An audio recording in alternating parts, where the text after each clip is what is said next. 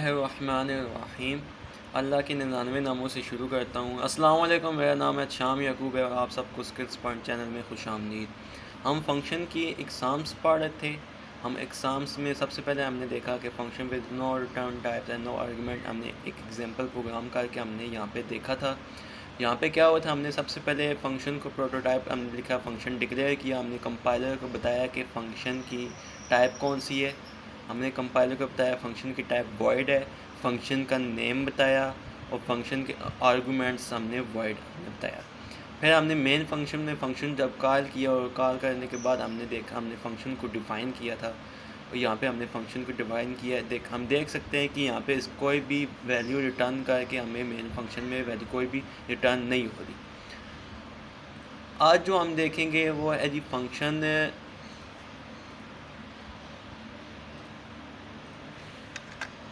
ये होगा कि फ़ंक्शन की रिटर्न टाइप नहीं होगी मगर उसका आर्गुमेंट होगा। एग्जांपल कुछ इस तरह से है कि हम एग्जांपल प्रोग्राम देखेंगे कि उसकी टाइप होगी वॉइड मगर उसके आर्गुमेंट्स होंगे। हमने जो पीछे हमने प्रोग्राम करके देखा था कि हम इनपुट लें तो हमें डिस्प्ले क्यूब हो, हमने यही सिर्फ करके हमने देखना है ताकि हम एक ही प्रोग्राम को देख सकें और हमने आसानी से हमने समझ सकें। तो मैं अपना डेव सॉफ्टवेयर ओपन करता हूँ। मैंने यहाँ पे आपको मैंने बताया कि सबसे पहले हमने फ़ंक्शन डिफ़ाइन किया। अगर मैं न्यू फाइल क्रिएट करता हूँ, मैं यही कोड को मैं उठा के कॉपी करता हूँ, फिर हम बाद में इनका डिफरेंस भी चेक करेंगे। ठीक है, मैंने यहाँ पे पेस्ट कर दिया।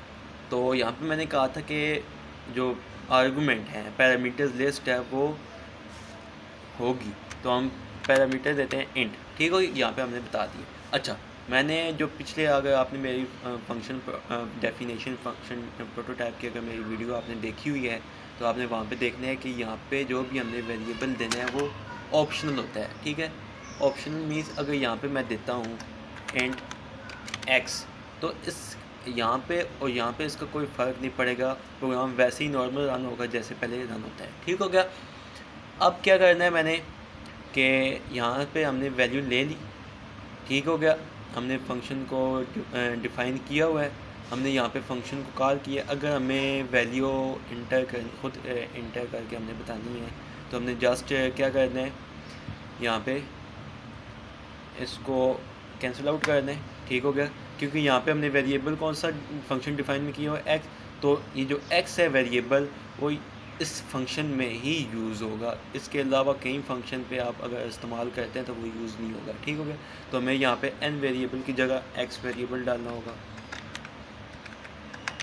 ठीक हो गया, ये हमने इसको डिफ़ाइन कर दिया। अब हमने अगर वैल्यू यूज़र से लेनी है, अगर आप फ़र्ज़ करते हैं कि हमने वैल्यू यूज़र से लेनी है तो आपको यहाँ पे फिर वेरिएबल कोई ना कोई डिक्लेयर करके डालना होगा। फॉर एग्ज़ाम्पल मैं अभी नहीं डाल रहा, मैं जस्ट यहाँ पे वैल्यू इनपुट कर देता हूँ। मैं वैल्यू इनपुट करता हूँ 2। ठीक हो गया, और मैं इसको पहले सेव कर देता हूँ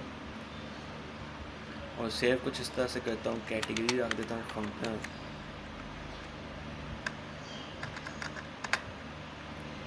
हमारी 2 थी कैटेगरी, हमने सेव कर दिया फंक्शन प्रोग्राम को। अब मैं इसको कर देता हूँ कंपाइल, देखते हैं कि हमारे पास एरर आता है या नहीं आता। हमारे पास मेन फंक्शन भी आया, हाँ जी, मेन फंक्शन मस्ट भी इंटीजर, क्योंकि डेफ सी प्लस प्लस में हमारा मेन फंक्शन इंटीजर को सपोर्ट करता है। ठीक हो गया, अब दोबारा से हम कंपाइल करते हैं इसको, देखते हैं कि एरर आता है या नहीं। ठीक हो गया, हमारा फंक्शन कंपाइल हो गया। अब हम इसको रन करके देखते हैं हमें आउटपुट क्या मिलती है। देखा, हमें आउटपुट 8 मिली। अब हमने क्या करना है, अब यहाँ पे हमने यूज़र से वैल्यू लेके देखनी है। कैसे हम यूज़र से वैल्यू लेंगे, सबसे पहले हमें मेन फंक्शन में उसका वेरिएबल डिक्लेयर करवाना पड़ेगा। ठीक हो गया, जैसे कि इंट ए मैंने डिक्लेयर करवा दिया, सी आउट, यहाँ पे हम यूज़र को मैसेज डिस्प्ले करवाएंगे, इंटर एनी वैल्यू।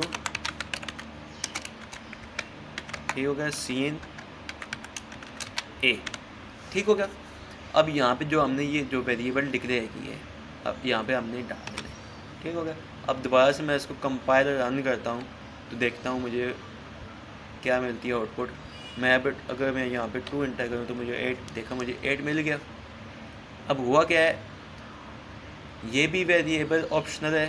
ठीक है, यहाँ पे इसको अगर मैं यहाँ पे नहीं लिखता तो क्या होता है मेरा कंपाइल प्रोग्राम जो है वैसे ही नॉर्मल प्रोग्राम की तरह रन होगा। ठीक हो गया, समझ आ गई। हमने देखा जो कॉल फंक्शन होता है वो एक्चुअल होता है, एक्चुअल आर्गूमेंट होता है। ठीक हो गया। तो यहाँ पे जो होता है वो फॉर्मल आर्गूमेंट होता है।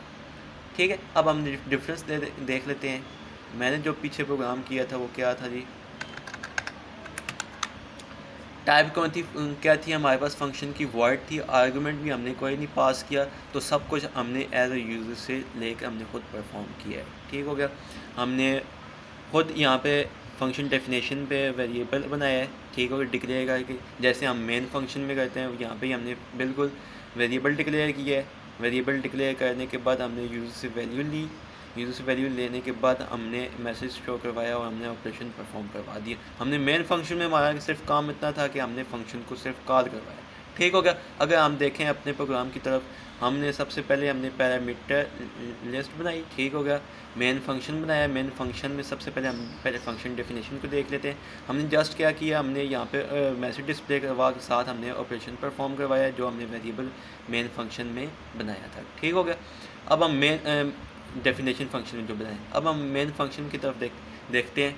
अगर हम पिछले प्रोग्राम को देखें, जो हमने जो मेन फंक्शन में किया है वो हम फंक्शन डेफिनेशन में कर रहे हैं। क्यों कर रहे हैं? क्योंकि हमने जो आर्गूमेंट की टाइप जो रखी थी वो हमने वॉइड रखी है। ठीक है, वो वॉइड वो कुछ भी नहीं लेगा। ठीक है, हम टाइप हमने कुछ नहीं लेगा। अगर आप यहाँ पे कुछ भी करते हो तो वो कुछ भी नहीं करेगा। ठीक हो गया। ठीक है ना, वो आपको एरर देगा। ठीक है, अगर मैं यहाँ पे देखता हूँ कि यहाँ पे हमने किया है क्योंकि हमने यहाँ पे हमने उसको पैरामीटर पास किए हुए हैं। ठीक हो गया। अगर हमने पैरामीटर पास किए हुए हैं तो हमने मेन फंक्शन में जस्ट अगर हमने वैल्यू यूज़र से लेनी है तो हमें वेरिएबल मेन फंक्शन में डिक्लेयर करना पड़ेगा। अदरवाइज़ अगर आप जानते हैं वैल्यू हमने क्या पास करनी है, अगर आप अगर यहाँ पे अगर आप कहते हैं कि हमें वैल्यू पता है हमने 5 इंटर करनी है, तो हम यहाँ पे हमने इतना ज़्यादा कोड लिखने की ज़रूरत नहीं है। तो मैं इसको कैंसिल करके दोबारा से कंपाइल करता हूँ तो मुझे आउटपुट क्या मिलेगी, 5 का हमें क्यूब मिल जाएगा 125। ठीक हो, जैसे हमने किया था। उम्मीद करता हूँ कि आपको ये मेरा लेक्चर पसंद आया होगा। अगर आपको इसके बारे में कुछ भी मसले हैं, शक शुबहात हैं, मज़ीद कुछ शक शुबहात आप मज़ीद कुछ पूछना चाहते हैं, कमेंट सेक्शन में आप कमेंट करके मुझे पूछ सकते हैं मुझसे। इंशाल्लाह मैं आपको ज़रूर रिप्लाई दूँगा। अगर आपको मेरा चैनल पसंद आया है तो मेरे चैनल को सब्सक्राइब कर दें। अगर मेरे चैनल पे न्यू है तो चैनल को सब्सक्राइब करें, बेल आइकन को क्लिक करें ताकि मेरे आने वाली हर वीडियो की नोटिफिकेशन आप तक पहुंचती रहे। लाइक करें, कमेंट करके बताएं अगर आपको वीडियो पसंद आई है तो बताएं कैसी लगी वीडियो।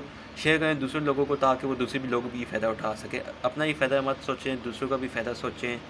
मेरा भी फ़ायदा कुछ सोच लें, दूसरे भाइयों का भी फ़ायदा सोच लें। याद रखें अपना फ़ायदा वही कर सकता है जब तक वो दूसरों का फ़ायदा नहीं सोचता। इंशाल्लाह फिर मिलते हैं नेक्स्ट क्लास में, तब तक के लिए खुदा हाफ़िज़।